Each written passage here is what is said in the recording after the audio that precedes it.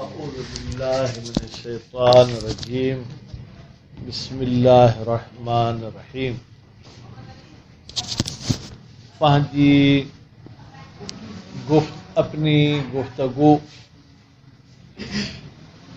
معرفہ اور نکرہ کے بارے میں تھی. نکرہ کی انہوں نے آپ کو تعریف بتائی کہ نکرہ ایک ایسا اسم ہوتا ہے، ضرب بند کا پر ضرب بند کے. نکرہ ایک ایسا اسم ہوتا ہے جس میں ال آ کے اثر کرتی ہے.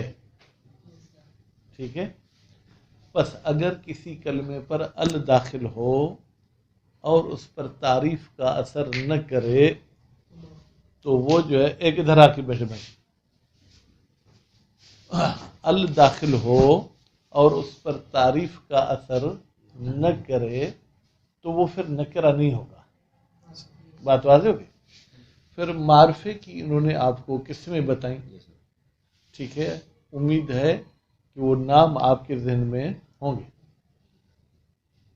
ضمیر کی بحث چل رہی تھی تو انہوں نے یہ گویا کہ فرمایا کہ ضمیر کی دو قسمیں ہیں، متصل ہے، منفصل ہے. پھر ہر ایک کی آپ کو انہوں نے اقسام بتائی. آج کی بحث میں یہ بتانا چاہتے ہیں کہ ایک ضمیر ایسی بھی ہوتی ہے جس کو ہم مستتر کہتے ہیں. مستتر، ٹھیک ہے، یعنی چھپی ہوئی ضمیر، یعنی لفظ میں ہمیں کہیں نظر نہیں آتی لیکن ہم ذہنی طور پر وہاں کسی ضمیر کو مانتے ہیں اور ماننا ضروری بھی ہے، کیونکہ اگر آپ ضمیر کو وہاں پر نہیں مانیں گے تو وہ جملہ کیا ہو جائے گا؟ ادھورا. مثلا میں آپ کو کہتا ہوں زید ضرب، اگر ضرب میں آپ ایک ہوا کی ضمیر مانیں گے تو یہ جملہ کمپلیٹ ہو جائے گا. زید مبتدا، ضرب اس کی خبر. ٹھیک ہے، اور خبر میں ایک رابط کا ہونا ضروری ہوتا ہے جو مبتدا اور خبر کو آپس میں جوڑتا ہے. ٹھیک ہے، وہ ہوا کی ضمیر ہے. لیکن اگر ہوا کی ضمیر کو آپ نہ مانیں تو پھر اس کا ترجمہ یہ ہوگا زید مارا. مارنے والا کون ہے؟ کچھ پتہ نہیں. ٹھیک ہے، مارنے اور زید کا آپس میں کیا تعلق ہے؟ کچھ پتہ نہیں ہے. تو یہاں پر ایک ہوا کی ضمیر کو ماننا پڑے گا. اچھا، یہ جو ضمیر مستتر ہے، اس مستتر کی بیٹا دو قسمیں ہوتی ہیں. کتنی قسمیں ہوتی ہیں؟ دو. بعض ایسی جگہ ہیں جہاں پر ضمیر کا استتار جائز ہے، یعنی اگر ضمیر کو اس کے اندر چھپانا چاہیں تو چھپا بھی سکتے ہیں اور اگر ظاہر کرنا چاہیں تو ظاہر بھی کر سکتے ہیں. کوئی ظاہر کرنے پر پابندی نہیں ہے. مثلا زید ضرب، ٹھیک ہے، یا آپ یوں کہیں ضرب زید. اب یہاں پر ضرب نے زید کو رفع دیا ہے، ضرب میں کوئی ضمیر وغیرہ نہیں ہے. بات واضح ہوگی. اس کو کہتے ہیں استتار جائزی. اچھا، یہ استتار جائزی کہاں پر ہوتا ہے؟ عام طور پر استتار جائزی دو سیگوں میں ہوتا ہے. کتنے سیگوں میں ہوتا ہے بیٹا؟ پہلے میں اور چوتھے میں. پہلے کا نام ہے واحد مذکر غائب اور چوتھے کا نام ہے واحد مونث غائبہ. جب مونث آپ نے کہہ دیا تو آخر میں آپ کو گول ہا لگانی پڑے گی. اچھا، اس کے علاوہ اور کہاں پر ضمیر مستتر ہوتا ہے؟ فعل ماضی میں کہیں پر بھی ضمیر مستتر نہیں ہے. یعنی فعل ماضی کے ان دو سیغوں میں ضمیر مستتر ہے اور دونوں کا استتار بھی جائزی ہے، واجب نہیں. اچھا، باقی فعل ماضی کے کتنے سیغے رہے؟ 12. 14 میں سے 2 میں تو بیٹا مستتر، باقی کتنے بچے؟ 12. ان 12 میں جو ضمیر لگی ہوتی ہے اس ضمیر کو ضمیر بارز کہتے ہیں. بارز یعنی ظاہر، جو دیکھنے میں آئے. ضرب اس میں ضمیر دیکھنے میں نہیں آئے گی. ضربا اس میں الف جو ہے یہ علامت تثنیہ بھی ہے اور ضمیر فاعلی بھی ہے. ضربو اس میں واو علامت جمع بھی ہے ضمیر فاعلی بھی ہے. وَقِسْ عَلَى ذَلِكَ فَعْلَلَ وَتَفَعْلَلَ آپ تمام پھر سیغوں کا اسی پہ جو ہے کیا ہے وہ قیاس کریں. اچھا فعل ماضی کی بات ختم ہو گئی. اب چلتے ہیں فعل مضارع کی طرف. فعل مضارع کے 5 سیغوں میں ضمیر مستتر ہوتی ہے. بیٹا کتنے سیغوں میں؟ 5 سیغوں میں ضمیر مستتر ہوتی ہے. پہلے میں عدد بتاتا ہوں پھر نام بتاؤں گا. پہلا، چوتھا، 7واں، 13واں، 14واں. ٹھیک ہے. واحد مذکر غائب، واحد مونث غائب میں استتار جائزی ہے، واجبی نہیں ہے. واحد مذکر حاضر میں، واحد متکلم اور متکلم مال غیر، ان 3 میں استتار جو ہے کہ وہ واجبی ہے. ٹھیک ہے. واحد مذکر حاضر میں انت کی ضمیر ہے. ٹھیک ہے. واحد متکلم میں انا کی ضمیر ہے. متکلم مال غیر میں نحنو کی ضمیر ہے. بات واضح ہوگی. چلیں فعل مضارع کی بات بھی ختم. فعل امر کی طرف چلتے ہیں. پھر فعل امر بھی وہی فعل مضارع کے حکم میں ہے، یعنی اس میں بھی 5 سیغوں میں ضمیر مستتر ہوتی ہے. 5 کے علاوہ باقی سب سیغوں میں ضمیر بارز ہوتی ہے. ان 5 میں سے علی رضا پہلا اور چوتھا استتار جائزی ہے، باقی میں استتار جو ہے کیا ہے وہ واجبی ہے. پھر ضمائر کے آپ کو نام بتاتے ہیں کہ بھائی ضمیر منفصل کی ذرا شکل بتائیں کیسے ہوتی ہے، ضمیر متصل کی شکل کیسے ہوتی ہے.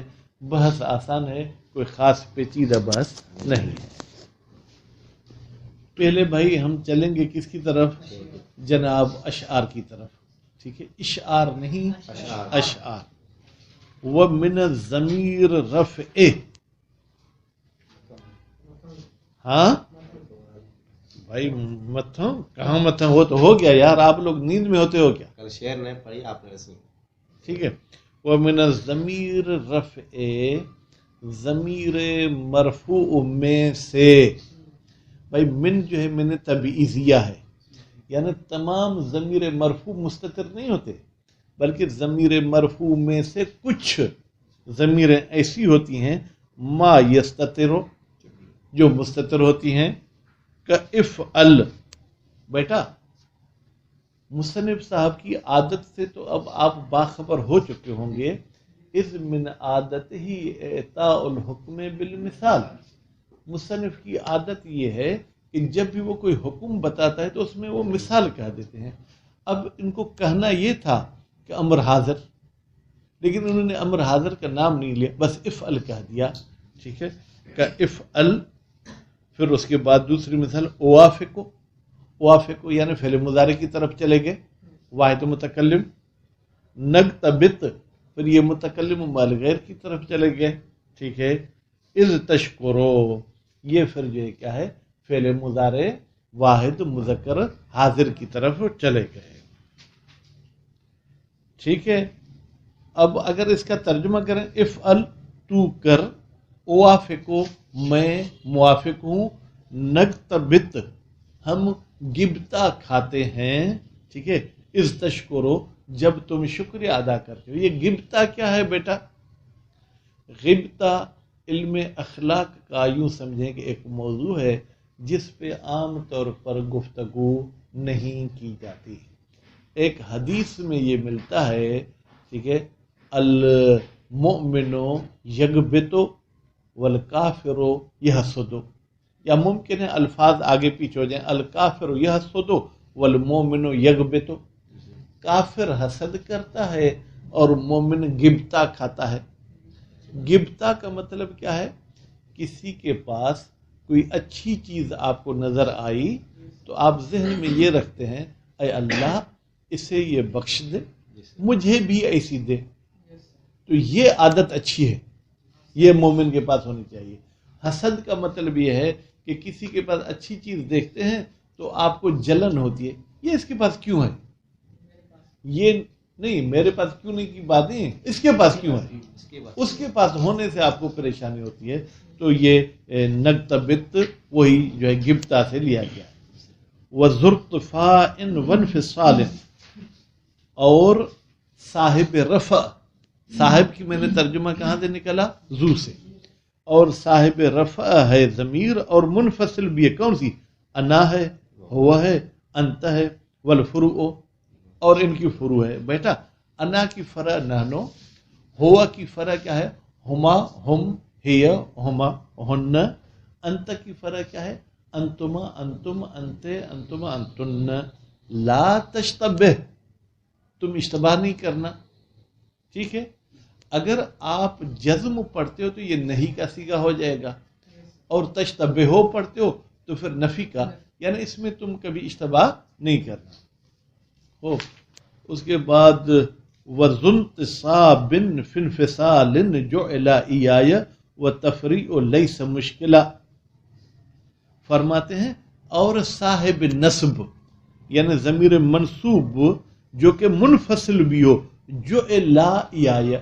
جُعِلَ میں بیٹا الف جو ہے وہ تثنیہ کی ضمیر نہیں ہے، الف اطلاع کی ہے.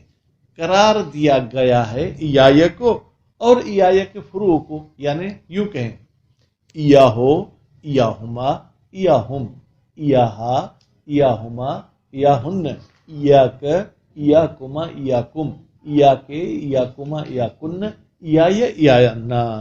لیس مشکلہ، یہ ضمیر منفصل منصوب کے الفاظ بنانے میں کوئی آپ کو دقت اور کوئی آپ کو پریشانی نہیں ہوگی.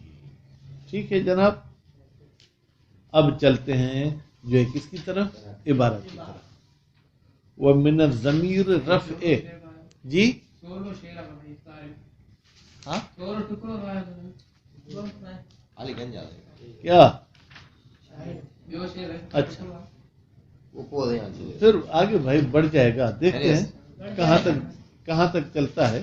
ٹھیک ہے. ٹائم کو بھی میں دیکھوں گا، 20 منٹ سے کم تو درس نہیں کریں گے، کم از کم 20 منٹ کریں گے.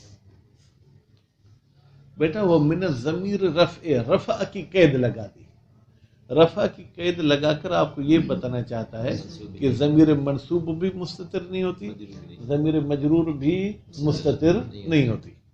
ضمیر رفع میں سے ما کچھ ایسی ضمیریں ہیں یستترو جو چھپی ہوئی ہوتی ہیں وجوباً، وہ استتار بھی کیا ہے؟ صادق واجب ہے. بخلاف ضمیر نصب والجر، بخلاف ضمیر نصب کے اور ضمیر جر کے. وذالک فی مواضع، ذالک کا اشارہ کہاں جائے گا؟ ما یستتر.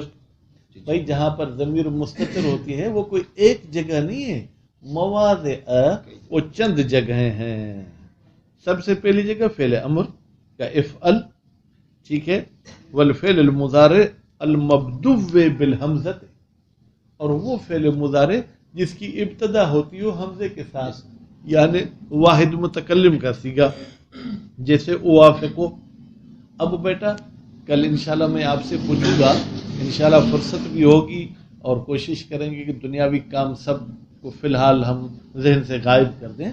اوافقو کس باب سے ہے، اس کے اصلی حروف کون سے ہیں، ہفتہ اقسام میں سے کیا ہے، تاکہ آپ کا ذہن جو ہے اب اس پریکٹس میں آ جائے.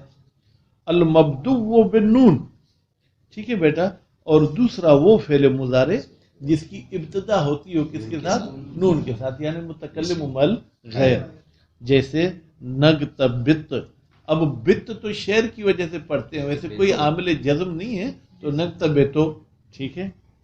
والمبدوء بالتاء، اور وہ مضارع جس کی ابتدا ہوتی ہو کس کے ساتھ؟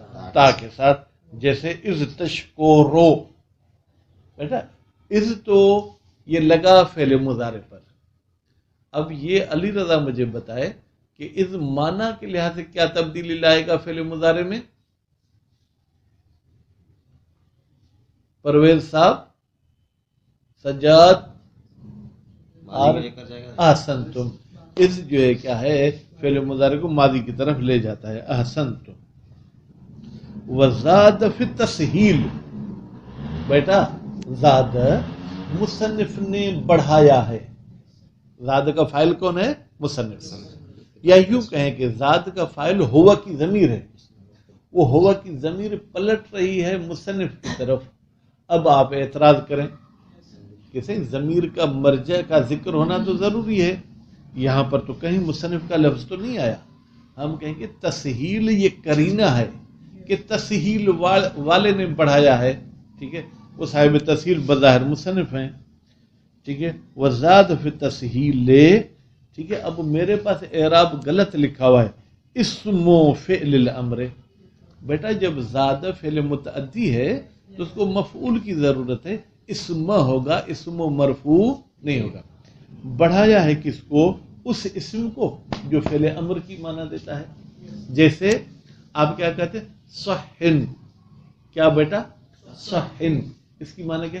اس کو چپ ہو جا، تو اس میں بھی انت کی ضمیر مستتر ہے. یا نزالے. نزالے کی معنی کیا ہے بیٹا؟ انزل، نیچے اتر. ٹھیک ہے، تو اس میں انت کی ضمیر مستتر ہے. وہ ابو حیان. ابو حیان بھی گویا کہ زاد کے فاعل پہ عطف ہے اور بڑھایا ہے ابو حیان صاحب نے فی الارتشاف. کتاب ارتشاف میں اسم فعل المضارع، وہ اسم جو فعل مضارع کی معنی دیتا ہے اسم، لیکن معنی کون سی دیتا ہے؟ فعل مضارع کی. ولا تقل لہما افن. تم اپنی ماں باپ کو اف بھی نہیں کہو. اف کا کیا مطلب ہے؟ اتزجرو، یعنی مجھے آپ کے باتوں سے دکھ ہوتا ہے، مجھے آپ کے باتوں سے تکلیف ہوتی، تو اتزجرو فعل مضارع ہے. ٹھیک ہے، افن اس کی معنی دے رہا ہے. وابن ہشام فی التوضیح. اور ابن ہشام صاحب نے پھر ارتشاف کی کوئی توضیح لکھی ہے، یا توضیح ان کا کوئی مستقل کتاب ہے. اس میں کیا کہا ہے؟ فعل الاستثناء ہے. کہا کہ وہ فعل جو استثناء کی معنی دیتا ہے اس میں بھی ضمیر کیا ہوتی ہے؟ مستتر ہوتی ہے، وہ بھی استتار واجبی ہے. کامو، وہ کھڑے ہو گئے. بیٹا کامو، وہ کھڑے ہو گئے. ما خلا زیدن وما ادا امرن ولا یکونو الدا. اب شاہد مثال ہماری ما خلا، ما ادا اور لا یکونو میں ہے کہ ان میں فاعل کی ضمیر مستتر ہے. و افعل بالتعجب. اور ابن ہشام صاحب نے فعل استثناء کو تو بڑھایا ہے، لیکن اس میں جو کیا فعل تعجب کو بھی، افعل کو بھی بڑھایا ہے. جیسے ما احسن زیدین. آپ کو تعجب ہو رہا ہے کہ دونوں زیدوں کو کس نے اچھا کیا ہے. وہ افعل تفضیل، اور افعل تفضیل کو بھی بڑھایا ہے کہ اس میں بھی ضمیر مستتر ہوتی ہے. جیسے ہم احسنو اساسن. وفیما ادا ہاذہ.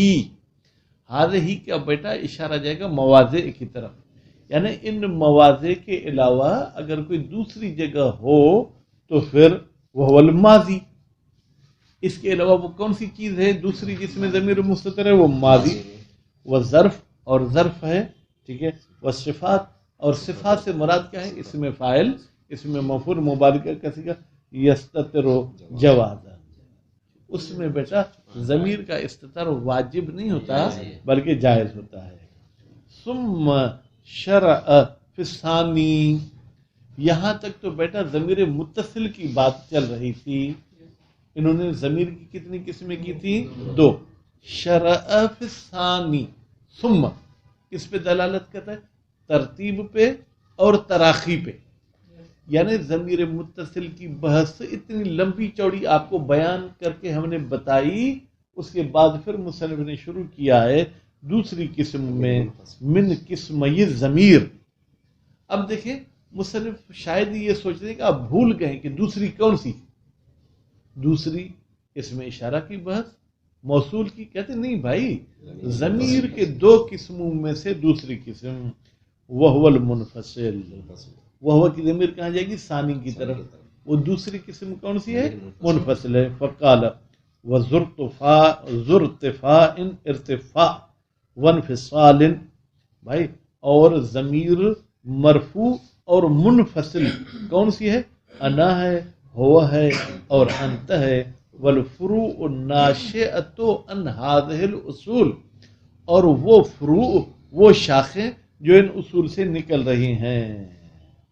لا تشتبہ، بھائی پھر ان اصل ضمیر میں اور ان کے فروعات میں تمہیں کوئی اشتباہ نہیں ہونا چاہیے. وہی وہ فروع کون سی ہیں؟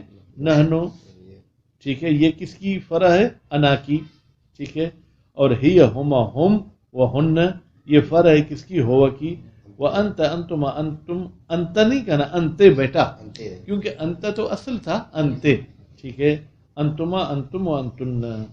بیٹا یہ جو ترتیب ضمیر کی بتائی ہے نا فروع والی، اس کو کہتے ہیں لف نشر مرتب، یعنی ترتیب والے طریقے سے بیان کرنا. پہلے انا تھا تو شاخ بھی پہلے انا کی بتائی، اس کے بعد جو ہے ہوا تھا تو پھر شاخ بھی ہوا کی بتائی، اس کے بعد جو ہے کیا ہے انت تھا تو آخر میں شاخ بھی انت کی بتائی. قال ابو حیان وقد تستعمل هذه مجرورتن. بھائی دیکھیں جہاں پر کوئی نظریہ ہو تو اس کا کوئی نہ کوئی مخالف بھی ہوتا ہے. عام نحوی تو ان کو ضمائر مرفوع مانتے ہیں، لیکن ابو حیان صاحب کہتے ہیں کبھی کبھی یہ مجرور بھی استعمال ہوتے ہیں، کہ قول ہم، جیسے ان کا قول، ان کا؟ عربوں کا، ٹھیک ہے، یا نحویوں کا. انا کا انت، میں تیرے جیسا ہوں. بیٹا کیا؟ انا کا انت، تو یہاں پر انا مجرور نہیں ہوئی لیکن انت کاف کی وجہ سے مجرور ہوئی. یا انا کا ہوا، میں اس جیسا ہوں، یہاں پر ہوا مجرور ہو گئی. وہ ہوا کا انا، وہ میرے جیسا ہے، ٹھیک ہے، یہاں پر انا مجرور ہو گئی. وہ منصوبتن. اور یہ صاحب کہتا ہے، سب نہیں کہتے ہیں، یہ صاحب کہتا ہے کہ یہ ضمائر منصوب بھی ہوتی ہیں، جیسے ضربتو کا، میں نے تجھے مارا، انت تجھے. تو یہ انت بیٹا کیا ہے؟ تابع ہے کس کی؟ کا کی. کا جو ہے مفعول ہے کس کا؟ ضربتو کا، ٹھیک ہے. اور یہ انت اس کے لیے تاکید ہے. وزنت صابن فنفصال جو الا، ٹھیک ہے. اور ضمیر منصوب جب اس کو منفصل استعمال کرے، ٹھیک ہے، تو اس کو قرار دیا جاتا ہے یا کی طرح. وہ تفریع علی ھذا الاصل، اور جو فرع نکلتی ہوں اس اصل کی، کس کی؟ یا کی. الذی ذکر، وہ اصل کہ جس کا ذکر ہو چکا. لیس مشکلہ، اس میں کوئی پریشانی نہیں ہے. مثال ہو، بھائی ضمیر منصوب کی مثال دے دیں. یا نا، ٹھیک ہے، یہ شاخ ہے کس کی؟ یا کی. یا کا، یا کما، یا کم، یا کن، ٹھیک ہے. یا ہو، یا ہا، یا ہما، یا ہم، یا ہن. بیٹا اب یہ جو یا کا ہے نا، اس کو آپ کا بھی کر کے پڑھیں، کے بھی کر کے پڑھیں. کا کر کے پڑھیں گے تو یہ کس کی ہو جائے گی؟ مذکر کی. کے کر کے پڑھیں گے تو یہ کس کی ہو جائے گی؟ مونس کی. وقد تستعمل مجرورتن، قد پھر فعل مضارع پہ داخل ہو تو یعنی یہ ہمیشگی کا فائدہ علی رضا، پھر کیا ہوتا ہے؟ ہاں، جب قد فعل مضارع پہ داخل ہو تو معنی کیا دے گا؟ توجہ ادھر نہیں تھی نا، کبھی کبھی کا ترجمہ دے گا، ٹھیک ہے. کبھی کبھی یہ مجرور بھی استعمال ہوتے ہیں. تنبیہون. اب یہاں پر پھر ایک سوال ہے، ایاک، آیا یہ پورا لفظ ضمیر ہے یا ضمیر ہے یا کا ضمیر ہے؟ فرماتے ہیں الضمیر ایا، تنبیہ یعنی خبردار ہونا. بھائی ضمیر جو ہے یا ہے. واللواحق لہ، اور وہ الفاظ جو ملحق ہو رہے ہیں یا کے ساتھ، ان سیبوے حروف، سیبوے صاحب ان کو کیا مانتے ہیں؟ حرف، ان کو اسم نہیں مانتا ہے. ٹھیک، اچھا یہ حرف ہیں تو پھر فائدہ کس چیز کا دیتے؟ تو بین الحال، یہ اس ایا کی حالت کو بیان کرتے ہیں کہ یہاں پر ایا مذکر کے لیے ہے یا ایا مونس کے لیے ہے، تثنیہ کے لیے ہے، جمع کے لیے ہے، غائب کے لیے ہے. وَعِنْدَ الْمُصَنِّفِ اسماء مضاف الیہا، اور مصنف صاحب کے نزدیک بیٹا یا اسم ہے جو مضاف ہوا ہے ان لواحق کی طرف. یعنی یا کی اگر ترکیب مصنف کے نزدیک کوئی آپ سے پوچھے تو آپ کہیں گے یا مضاف ہے اور کاف جو ہے کیا ہے وہ مضاف الیہ ہے. اب آگے پڑھیں تو اچھی بات ہے، لیکن وہ صلی اللہ علیہ وسلم